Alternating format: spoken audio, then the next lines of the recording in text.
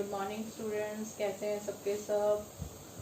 जैसे जैसे आप लोग ऑनलाइन टीचिंग में पढ़ना शुरू कर रहे हैं, आप यूट्यूब में, आप चैनल में हम लोगों को देखते हैं, हमारा भी बड़ा मन करता है आप लोगों को देखने का और आपकी वॉइस सुनने का, ठीक है। लेकिन इट इज़ नॉट पॉसिबल। हो भी सकता है, अगर आप अपना कोई डाउट है तो वो आप वॉइस मैसेज के द्वारा भेज सकते हैं, ठीक है। और आज हम नेक्स्ट लेसन हम स्टार्ट करेंगे। This is also from book 2, India की किताब है, उसका चैप्टर जो है वो सेकंड चैप्टर है, ठीक है। माइग्रेशन आज चैप्टर हम लेंगे। ये आपकी एनसीईआरटी बुक जो है इसका सेकंड चैप्टर है, migration, types, causes and consequences. तो आज इस पार्ट में we will take 2 topics which we have to cover, that is types and causes. इसका जो नेक्स्ट पार्ट हम बनाएंगे उसमें हम कॉन्सिक्वेंसेस डिस्कस करेंगे, ठीक है। And this chapter is very very important और ये बहुत आसान भी है, बड़ा इंटरेस्टिंग भी है और ये लाइवली भी है। आजकल के टाइम में आपको बहुत सारे ऐसे इंसिडेंट्स आपको नज़र आएंगे कि भाई आज के समय में ये सब कुछ सामने हम होते हुए देख रहे हैं, जो हम इन्हें इस चैप्टर में डिस्कस करेंगे, okay.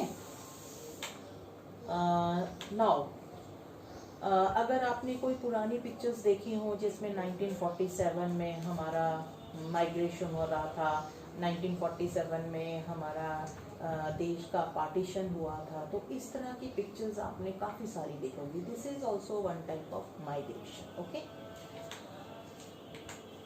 Now according to migration, what is the meaning of migration? Migration या प्रवास किसे कहते हैं, ठीक है। In simply we can say when the people moving one area to another area, जब लोग एक जगह से दूसरी जगह पर जाते हैं। There are so many reasons about this migration में। अकॉर्डिंग टू यूनाइटेड स्टेट्स, जो यूनाइटेड नेशंस हैं, they defines like this, migration as the movement of persons, ठीक है, or persons from one place to another involving a permanent move of whom for over 1 year, that is a migration. Clear है? यानी कि जब लोगों की movement जो है एक जगह से दूसरी जगह पर हो जाती है और they are involving a permanently they move at least for 1 year, okay. Next is according to encyclopedia, human migration is the permanent change of residence by an individual or groups. किसी एक व्यक्ति का भी हो सकता है और ग्रुप का भी हो सकता है, excluding such movements as nomadism and migrant labor. अब माइग्रेशन का मतलब है when the people moving from one area to another area in a permanently for the some time, है ना, इसको कह सकते हैं। लेकिन यहाँ पर एक्सक्लूड क्या किया गया है? एक्सक्लूड क्या है? नोमैडिज्म। नोमैडिज्म जो है, जिसमें नोमैडिज्म का मतलब वो लोग जो चलवाहे हैं, जो अपने पशुओं के साथ, अपने कैटल्स के साथ, they are moving one place to another, they are not migrants, they are revolving और moving in a surrounding areas, एक स्पेसिफिक एरिया में they are moving, okay, they are not migrants. Nomadism जो है वो migrant. नोमैडिज्म का मतलब क्या है? वो खाना बदोशी या वो चलवाहे जो अपने पशुओं के साथ एक जगह से दूसरी जगह in the search of water और in search of fodder, they are moving one place to another, ठीक है। They move according to seasons and sometimes they come in a back to the same place, उसी जगह पर वापस आ जाते हैं और वो मूव करते रहते हैं। They are not migrants. इसी तरह से माइग्रेंट लेबर को भी कहा गया है कि वो माइग्रेशन नहीं है ना, लेकिन हम इसको एक अलग पार्ट में हम जरूर पढ़ेंगे कि इसको भी इन स्पेसिफिक पार्ट में हम माइग्रेशन के साथ जरूर जोड़ते हैं। तो these are the 2 definition. In simply we can say when the person moving one place to another place, that is a migration, okay. Next is migration is global, ठीक है। माइग्रेशन क्या है? ग्लोबल है। All over the world people are moving from one place to another, ठीक है। ऐसा नहीं है कि एक स्पेसिफिक जगह पर माइग्रेशन नहीं हो रही है। अगर हम पूरे वर्ल्ड में देखें तो we can say they are moving from one area to another, one continent to another continent, one country to another country, one state to another state, one city to another city, one village to another village. Okay, so they are moving all over globally. These are some facts. In 2005 191 million people were counted as living outside the country of their birth. यानी कि 191 people जो है वो आगे चले गए, कहाँ? They migrate, जहां पर वो जन्म लिया था वहां से वो माइग्रेट कर गए. The number of migrants world wide has doubled since world war second. अगर हम देखें तो नंबर जो लोगों का एक जगह से दूसरी जगह जाना है वो वर्ल्ड वॉर सेकेंड के बाद ये डबल हो गया. If they lived in a same place, international migrants would form a fifth most populous country. अब इससे आप अंदाजा लगा सकते हैं कि क्या कहा गया है कि अगर हम सारे माइग्रेंट्स को इकट्ठा एक नई कंट्री में डाल दें तो एक मोस्ट पॉपुलस कंट्री वो बन जाएगी. ठीक है, बहुत बड़ी पॉपुलस कंट्री भी वो बन सकती है अगर हम सारे माइग्रेंट्स को इकट्ठा एक जगह पर एक नई कंट्री में डाल दें तो. ठीक है, next is migration is global. We can say it is according to this graph it is more clear that most of the migrants जो हैं they are moving to USA. Then next is Russia, then Germany, Ukraine, France, Saudi Arabia and so on. तो आप देखिए कि इस according to this graph the maximum migration जो है वो किधर है? Towards the USA. Here also we can say, यहाँ पर दूसरी तरह से ये ग्राफ दिखाया गया. यहाँ पर भी यूनाइटेड स्टेट्स जो है उसका ग्राफ जो बार है वो सबसे ज्यादा नजर आ रहा है, which shows the most of the maximum migrants जो है they are moving towards the USA. Next important topic which we have to discuss here, that is types of migration. Okay, types of migration, number one we can say internal migration and international migration. ठीक है, internal migration means this refers to change of residence within national boundaries. यानी कि एक देश के आंतरिक भाग में ही जो मूवमेंट हो रही है from one state to another state, that is an internal migration. They are not moving out, है ना, they are moving from one state to another state, one city to another city or one village to another village. That is an internal migration.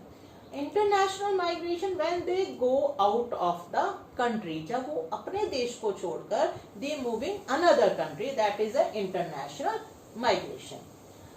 International migrations are further classified. अब international migration जो है उसको हम दोबारा और आगे भी divide classify कर सकते हैं. Number one is legal migrants. Legal migrants मतलब आपका प्रॉपरली पासपोर्ट बना है, आपको वीजा मिला है, आप टिकट खरीदते हैं and they go in legal form. ठीक है, लीगल माइग्रेंट्स. इलीगल माइग्रेंट्स आपने पंजाब के बारे में बहुत सुना होगा. There are so many people they are going illegally. ठीक है, और वो फंस जाते हैं, उनको डिपोर्ट किया जाता है, फिर वापस भेजा जाता है. तो they are also spending lot of money. ठीक है, लेकिन वो according to rules they are not going. ठीक है, तो this is the illegal migrants without legal permission. ठीक है, उनको वीजा नहीं लगा है, उनके कागजात पूरे नहीं है, documents are not proper and they move out. ठीक है, then there are so many problems they faced. Another is refugees. Refugee are those. Refugee means जब किसी रीजन के कारण बहुत सारे लोग दूसरी कंट्री से अनदर कंट्री में आ जाते हैं तो they are called refugees. Refugees are those crossed an international boundaries to escape persecution. यानी कि अपने आप को बचाने के लिए वो अपने देश से दूसरे देश में चले जाते हैं. This is a very big example of 1947. 1947 में lakhs of people comes in India as a refugee. Pakistan, Bangladesh, यहाँ से बहुत सारे जो लोग हैं वो हमारे देश में आए, ठीक है, तो they are refugees. Now next is trends in migration. अब अगर हम पीछे हिस्टोरिकल मूवमेंट्स देखें, this is also called Indian diaspora, ठीक है, यानी ट्रेंड्स, कैसे लोग माइग्रेट करें, मैक्सिमम नंबर में किस तरह से माइग्रेशन हुआ है. अगर हम कॉलोनियल पीरियड देखें, यानी कि at the time of British period, millions of Indian labours, millions of Indian labor sent to countries, कौन सी countries में भेज दिए, as such as Mauritius, Caribbean islands, Fiji, South Africa and British and from Uttar Pradesh, Bihar to work plantation agriculture या plantation workers. क्या करा Britishers ने, बड़ी संख्या में भारत के लोगों को, जो वेस्ट बंगाल में रहने वाले हैं, बिहार के रहने वाले हैं, है ना, उत्तर प्रदेश के रहने वाले हैं, इन लोगों को बड़ी संख्या में कहाँ भेजा, जहां पर उन्होंने प्लांटेशन एग्रीकल्चर किया. वो कौन सी कंट्रीज थी, these are the Mauritius, Caribbean islands, ठीक है, फिजी, साउथ अफ्रीका. इन कंट्रीज में इन लेबर्स को माइग्रेट कर दिया, वहां पर भेज दिया काम करने के लिए. अब हम आ जाते हैं in the 20th century. What happen in 20th century, बहुत सारे सेमी स्किल्ड इंडियंस जो हैं वो बाहर internationally they move in search of better living, in search of jobs. They are semi skilled migrants, ठीक है. जो सेमी स्किल्ड माइग्रेंट्स थे, इंडियन माइग्रेंट्स, वो कहाँ नेबरिंग कंट्रीज में काम की तलाश में they are moving. Mostly such these countries are Thailand, Malaysia, Singapore, Indonesia, Brunei, African countries, artisans, traders, factory workers, यानी कि semi-skilled persons जो हैं they are moving there. Okay. Now what is going on in a recent days? Recent time. Recent time में क्या हुआ कि अब professionals they are moving, ठीक है. Doctors, engineers, software engineers, management consultants, financial experts, media persons, they all are moving. Most of the these persons जो professionals हैं, skilled हैं, brainy हैं, they are moving outside, ठीक है. ये कहाँ पर जा रहे हैं, mostly कहाँ पर जा रहे हैं, they are migrated to some countries like USA, Canada, UK, Australia, New Zealand, Germany, etc. They are highly educated and highly paid. ठीक है, they are highly educated and highly paid. Okay, so these are the trends in migration according to Indian diaspora. ठीक है, तो ये trends रहा है पिछले वर्षों में, पिछले डेकेड्स में माइग्रेशन का. Next topic is the census of India records 4 types of information on. अब आपको मालूम है कि हमारा सेंसस जो है वो हमारा एवरी 10 years के बाद होता है. उस सेंसस में there are so many questions आते हैं, ठीक है. उसमें एक क्वेश्चन माइग्रेशंस का भी होता है, माइग्रेंट्स के लिए. तो अकॉर्डिंग टू सेंसस क्या रिकॉर्ड किया जाता है, इंफॉर्मेशन जो गैदर की जाती है, that is 4 types. Number 1 is place of birth, कहाँ पर उसका प्लेस बर्थ है, यानी कि आपका प्लेस ऑफ टाउन कौन सा है, विलेज है, टाउन है, कौन सा है. Duration of residence, stay at place of inauguration, उस जगह पर आप कितने समय तक रहे हैं, है ना, स्टे उसका. प्लेस ऑफ लास्ट रेजिडेंस, पिछली रेजिडेंस यानी कि कहाँ से आप आए, है ना. Reasons for migration from place to last, अब आप वहां से मूव क्यों करा, व्हाट आर द रीजन, क्या क्यों आप वहां से उस जगह को छोड़कर अगली जगह पर आ गए हैं. तो these 4 questions are given in a Indian census. Next is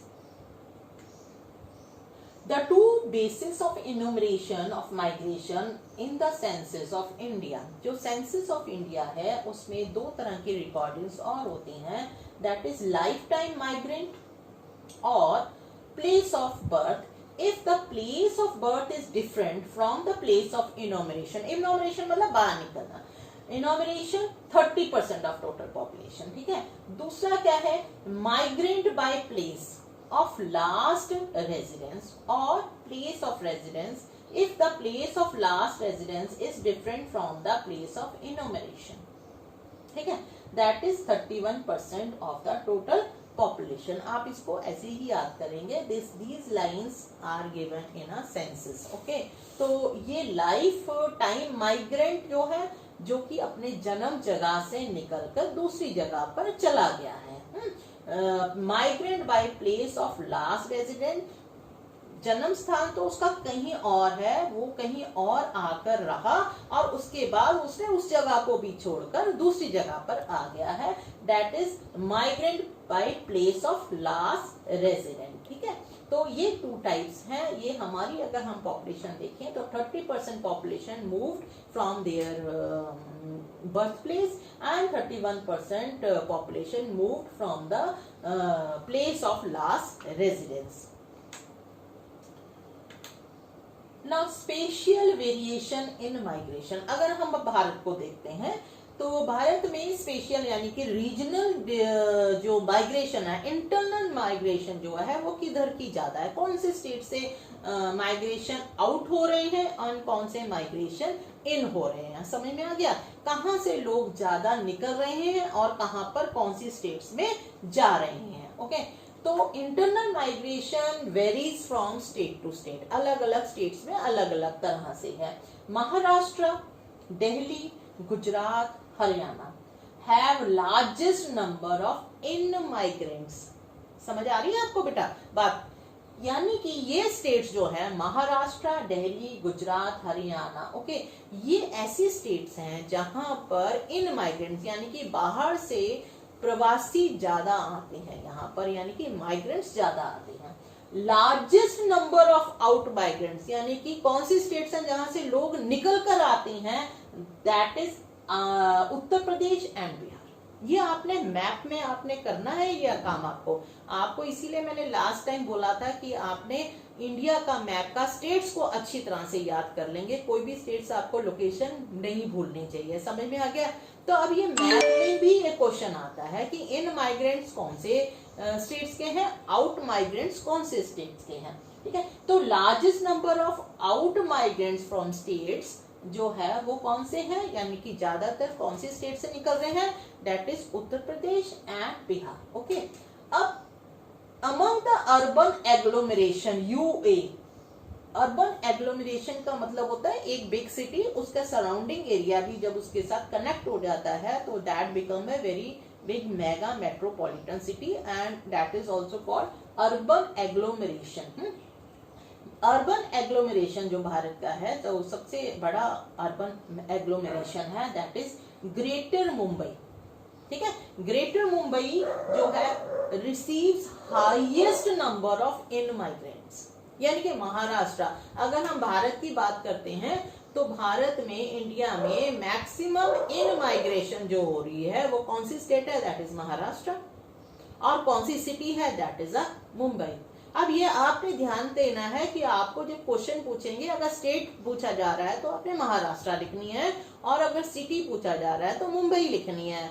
यहाँ पर भी आप बहुत सारी गलतियां करते हैं कि जब सिटी पूछते हैं तो आप महाराष्ट्र लिखते हैं और जब स्टेट पूछते हैं तो आप मुंबई लिख देते हैं. तो ये छोटी छोटी गलतियों को आपने ध्यान देना है. Okay, intrastate in migration is are largest in greater Mumbai. जो मैंने बताया कि ग्रेटर मुंबई में सबसे ज्यादा इन माइग्रेशन हो रही है भारत में. Okay, next is why do people move from one area to another. अब ये क्वेश्चन आ रहा है टाइप्स ऑफ माइग्रेशन. ठीक है, अब आपको टाइप्स आपने पढ़ लिया. इसके बाद नेक्स्ट जो है वो है आपकी कौन सी है, टाइप्स के बाद कौन सी है, टाइप्स के बाद आ गया आपका कॉजेस. कॉजेस का मतलब कारण क्या है, why the people moving from one area to another. ऐसे ही मन उठा और चल पड़े, ऐसा तो नहीं है. There are so many very solid reason behind this. ये बहुत बड़े बड़े रीजंस हैं जिसके कारण people are moving from one area to another area. These are two factors हैं इसमें. ये टू फैक्टर्स हैं reason for wanting to leave home. एक तो बहुत बड़ा कारण होना चाहिए अपना घर छोड़ने का, that is called push factor. धक्का देना, पुश फैक्टर, कि हम अपनी घर छोड़ेंगे और दूसरी जगह जाएंगे। फिर उसके बाद है reason why the city seems attractive, जहां जा रहे हैं उसमें क्या अट्रैक्शन है ना, वहां पर क्या चीज आपको अट्रैक्ट कर रही है कि तब आप वहां पर जा रहे हैं। तो अट्रैक्शन भी बहुत सॉलिड होना चाहिए, बहुत स्ट्रांग होना चाहिए, तभी आप जाएंगे, नहीं तो अपना घर छोड़कर कोई भी नहीं जाना चाहता। तो this is called pull factor, attraction मतलब पुल फैक्टर। तो इसका मतलब कॉजेस जो हैं, कारण जो हैं वो दो हैं। दो कारण कौन से हैं, एक आपका आ गया पुश फैक्टर और एक आ गया अट्रैक्शन यानी कि पुल फैक्टर, ठीक है। अब first of all we are discussing the push factors. कौन कौन सी, ये all push factors are negative factors, ठीक है, सारे नेगेटिव फैक्टर्स हैं, and all pull factors are positive factors, ठीक है। Number one is push factor, these cause people to leave their place of residence और ओरिजिन। ये कारण कौन सा, बड़ा सॉलिड कारण हो जाता है, जिससे कि पुश में क्या है कि वह व्यक्ति या वो ग्रुप जो है वो अपनी जगह को छोड़कर दूसरी जगह को जाने के लिए तैयार हो जाता है ना। Number one factor is poverty, गरीबी। गरीबी एक ऐसी समस्या है, लोग बड़ी संख्या में गरीबी के कारण अपनी जगह से दूसरी जगह पर चले जाते हैं। दूसरा, high population pressure on land, population बहुत ज्यादा उस जगह पर बढ़ गई है। कोई एक गांव है जहां पर काम नहीं मिल रहा है। अब क्यों नहीं काम मिल रहा है, क्योंकि पॉपुलेशन बहुत ज्यादा है। गांव गांव में, घरों घरों में अगर वो लेबर्स जा रही हैं तो उनको काम नहीं मिल रहा है, उनको पैसा नहीं मिल रहा है। तो दिस इज वन फैक्टर, ठीक है, they are moving because of the population बहुत ज्यादा है। Lack of basic infrastructure facilities like health care education, ये भी एक बहुत बड़ा फैक्टर है। गांव के लोग बहुत ज्यादा, या छोटे शहर के लोग बड़े शहर की ओर इसलिए आते हैं इन search of very good quality of health services या एजुकेशन। अच्छे स्कूल्स हैं, अच्छे कॉलेजेस हैं, मेडिकल फैसिलिटीज बहुत ज्यादा हैं, तो they want to live there, okay. Next is natural disaster, कोई बहुत बड़ी महामारी आ गई, फ्लड्स आ गए, ठीक है, अर्थक्वेक आ गया। आजकल के समय में क्या आ गया, पैंडेमिक है। शहरों से वापस जा रहे हैं गांव की ओर, ठीक है, अपने आप को बचाने के लिए। क्यों, क्योंकि शहर जो है वो लॉकडाउन में है, कोई सर्विसेज नहीं है, कोई काम नहीं मिल रहा है, ठीक है। तो the maximum labour is going back to the village, this is the this is also है पुश फैक्टर। पहले तो वो शहर आए काहे के लिए, in attraction of all this, कि उनको अच्छी जॉब मिल जाएगी, उनको काम मिल जाएगा। लेकिन अब क्या हो गया, उल्टा हो गया। What happen, because of the pandemic, disaster आ गया, है ना। डिजास्टर आने का, there are so many disasters, कोई भी डिजास्टर हो सकता है। I am just taking the recent example, है ना। कोरोना वायरस पैंडेमिक है, कोविड-19 आ गया है। Maximum of people are moving back to the villages, ठीक है। वहां पर उन्हें भूखमरी तो नहीं मिलेगी, गाँव में अन्न तो मिलेगा, अपने परिवार में रहेंगे, this is the main reason, ठीक है। और यहाँ पर शहरों में क्या हो गया, उनकी जॉब्स चले गई हैं, उनको काम नहीं है करने के लिए, ठीक है। तो इसलिए दे मूविंग टूवर्ड्स द विलेजेस, ठीक है। डिजास्टर हो गया एक तरह का। इसी तरह के डिजास्टर्स और भी हो सकते हैं, लैंडस्लाइड्स आ गया, फ्लड आ गया, अर्थक्वेक आ गया, कुछ भी आ सकता है। तो people are moving from one place to another, okay.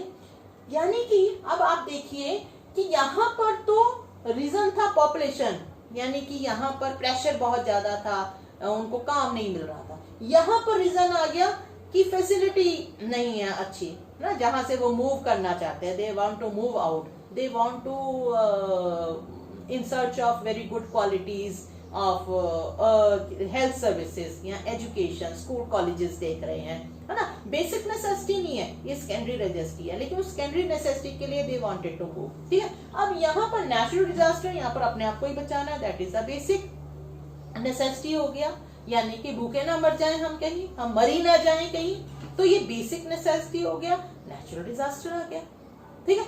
अब यहाँ पर और भी कारण हो सकते हैं, वॉर एंड लोकल कॉन्फ्लिक्ट्स, लड़ाई छिड़ गई, बॉर्डर एरियाज में से बहुत सारे लोग वहां से मूव कर जाते हैं। क्यों मूव कर सकते हैं, क्यों जाते हैं वहां से, क्योंकि वॉर आ गई, बहुत सारे लोग वहां से मूव करके सेफ प्लेसेस पे चले जाते हैं। या कोई उस गांव में कोई कॉन्फ्लिक्ट ही आ गया, लड़ाई झगड़े हो गए, ठीक है, तो उसके कारण भी they move from that area. Okay, these are the push factors. अब अगर हम बात करें पुल फैक्टर्स की, अब पुल फैक्टर्स को देख लेते हैं, क्या अट्रैक्शन हो सकता है, ठीक है। नंबर 1, अब ये सारे नेगेटिव फैक्टर्स थे, यहाँ पर पॉजिटिव फैक्टर्स आ जाएंगे। पॉजिटिव फैक्टर्स में क्या आएंगे, अट्रैक्शन है, दूसरी तरफ दूसरी जगह का अट्रैक्शन है। कौन सा अट्रैक्शन है, बेटर अपॉर्चुनिटीज, बहुत अच्छी जॉब मिल रही है वहां पर तनख्वाह टाइम से मिल जाती है। अवेलेबिलिटी ऑफ रेगुलर लेबर है, लेबर मिल रहा है आपको, काम मिल रहा है, और काम भी आपको अच्छे रेट्स पे मिल रहा है, आपकी वेजेस ज्यादा है, जो कि गांव में या छोटे शहर में नहीं प्रोवाइड हो रहा था, ठीक है।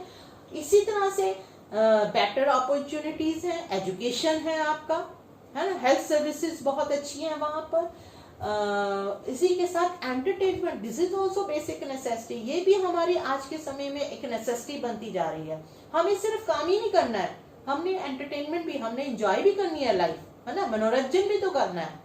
तो शहरों में या बड़े शहरों में हम इसलिए भी मूव कर जाते हैं कि वहां पर बहुत सारे तरह के एंटरटेनमेंट पॉइंट्स हैं, बहुत सारे पिक्चर हॉल्स हैं, अम्यूजमेंट पार्क्स हैं, ठीक है। तो इस तरह से लोग जो है उस जगह को मूव कर सकते हैं। और अनदर इज गुड गवर्नेंस, अगर वहां का काम जो है बड़ा अच्छा सा हो रहा है। अब यहाँ पर अगर गुड गवर्नेंस है तभी ये चीजें हैं, यहाँ पर बैड गवर्नेंस है इसीलिए ये पुश फैक्टर्स है, ठीक है। ये इनडायरेक्ट फैक्टर हो गया, लेकिन डायरेक्ट जो नजर आने वाले फैक्टर्स हैं वो आपके सबसे पहले वाले हैं, ठीक है।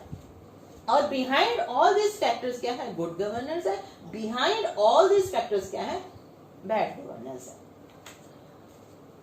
नाउ अब हम इसको दूसरी तरह से देख लेंगे, इकोनॉमिक कॉजेज ऑफ माइग्रेशन, ठीक है। इसमें थोड़ा सा और डिटेल मैंने बताने की कोशिश करी है, वो बेसिक पॉइंट्स हैं।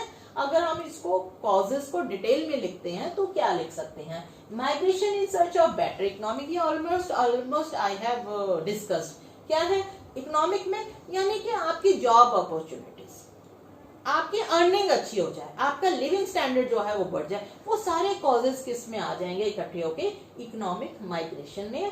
जैसे कि एम्प्लॉयमेंट है, अर्बनाइजेशन, पुअर इकोनॉमिक, यानी कि रूरल एरिया से आप अर्बन एरिया में चले गए, वहां पर बेटर इकोनॉमिक सिचुएशंस हैं, ठीक है।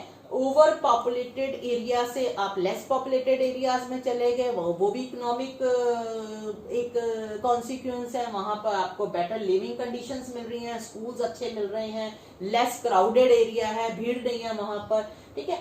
तो और migration to escape poor climate conditions, ये भी एक इकोनॉमिक रीजन है। कैसे कि आप वहां पर आपको कोई बड़ा ही क्या हो गया है, क्लाइमेटिकल कंडीशंस है, सूखा पड़ा रहता है, फ्लड आ जाते हैं, आपकी जॉब्स निकल जाती हैं, आपको फैसिलिटीज नहीं मिलती हैं, तो that's why you are moving.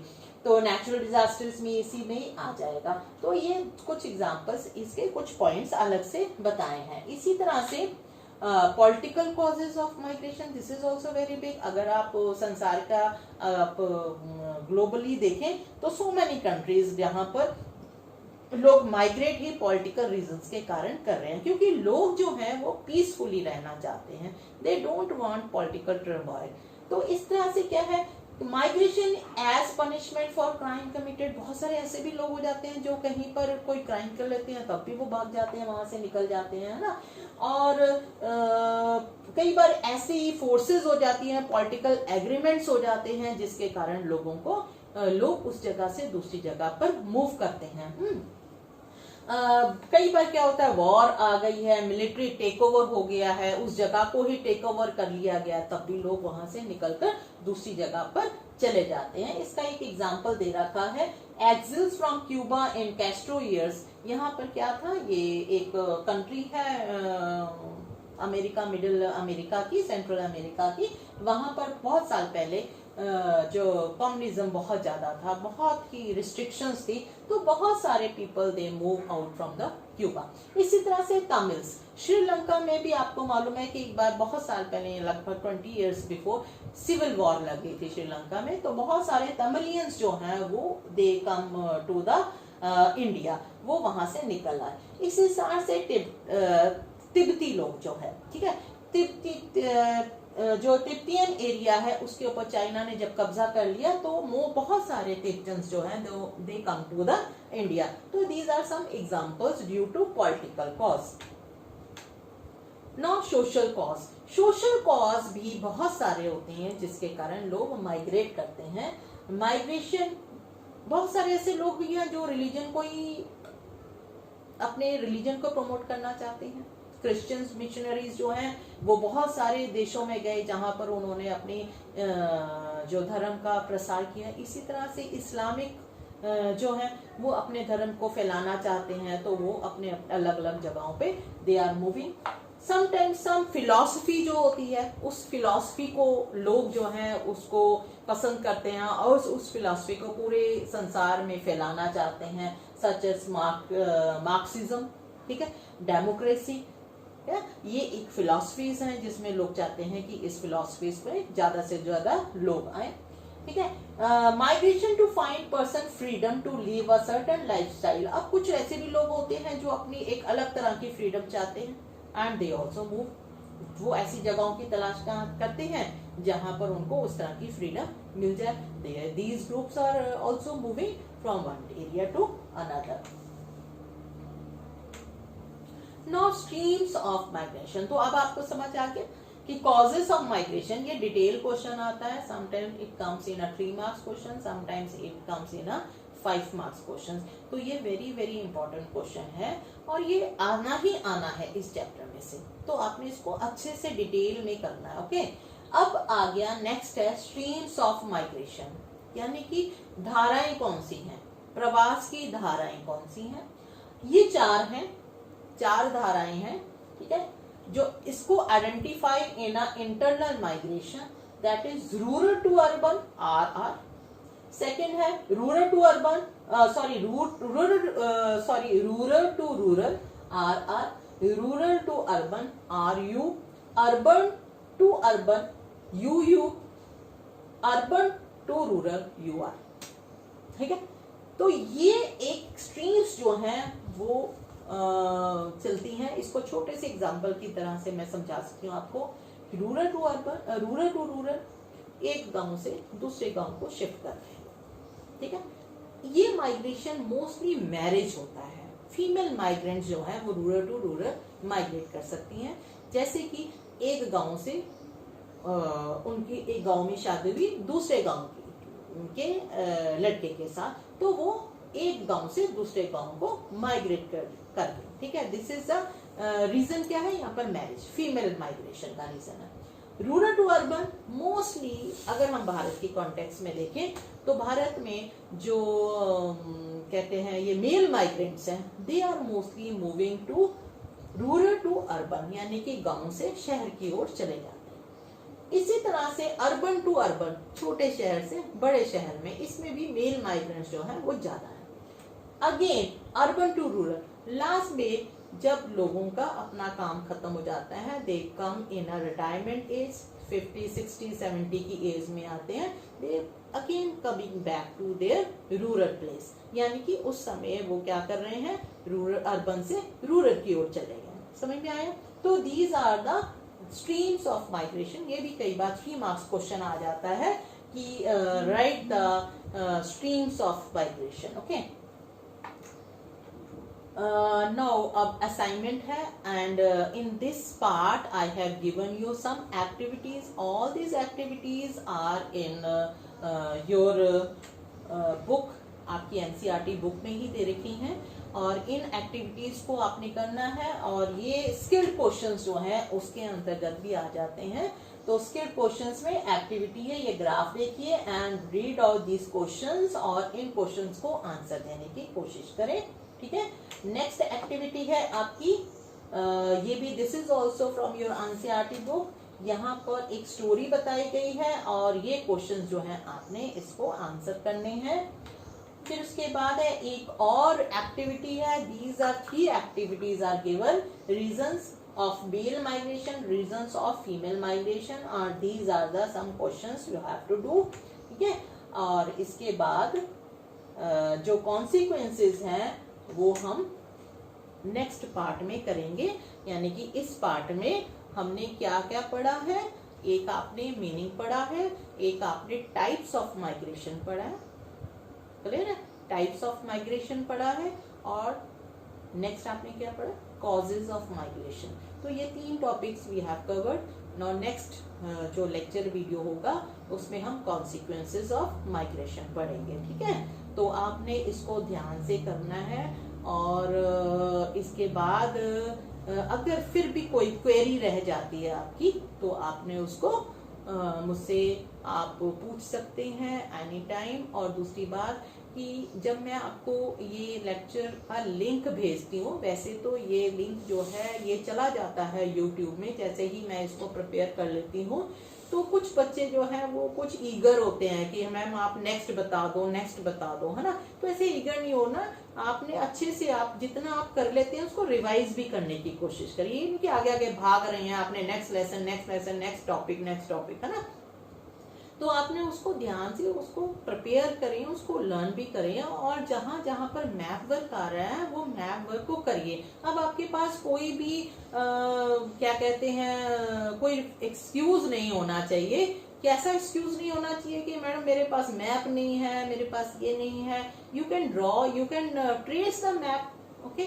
Last time के काफी सारे मैप्स आपके पास बचे भी पड़े होंगे, सारा इंडिया के मैप्स हैं इसमें, इंडिया और वर्ल्ड, यही 2 आउटलाइंस हमें चाहिए, इन्हीं में आपने ये काम करना है। तो ये आप करते जाएंगे। और दूसरा, आप जब लिंक खोलकर ये लेक्चर सुन लेते हैं तो वहीं लिंक के नीचे ही आप एक कमेंट सेक्शन होता है, उसमें आप लिख दीजिए कि आई हैव सीन दिस, है ना। आपको ग्रुप में डालने की जरूरत नहीं है, आप उसमें सिर्फ आप वहीं पर लिंक में डाल दीजिए कि I have seen this ma'am, I have seen this lecture. तो मेरे को पता लग जाएगा। सिर्फ मेरे को 1 या 2 बच्चों का रिस्पांस, आप ग्रुप में तो डालते हैं, ग्रुप में क्या होता है कि इतने सारे रिस्पांस होते हैं, वो हिस्ट्री के लिए भी हैं, इकोनॉमिक्स के लिए भी हैं, सारे सब्जेक्ट्स के, तो वो नहीं पता लगता, और इतना सारा कुछ हो जाता है कि काफ़ी सारे इंफॉर्मेशन हो जाती हैं। तो आप अगर वहाँ पर डालें तो वेल एंड गुड, तो मेरे को थोड़ा ईजी हो जाएगा, ओके। और ओके बाय। और अब आप अच्छे से अपना ध्यान रखना है, और ओके बाय बाय बेटा।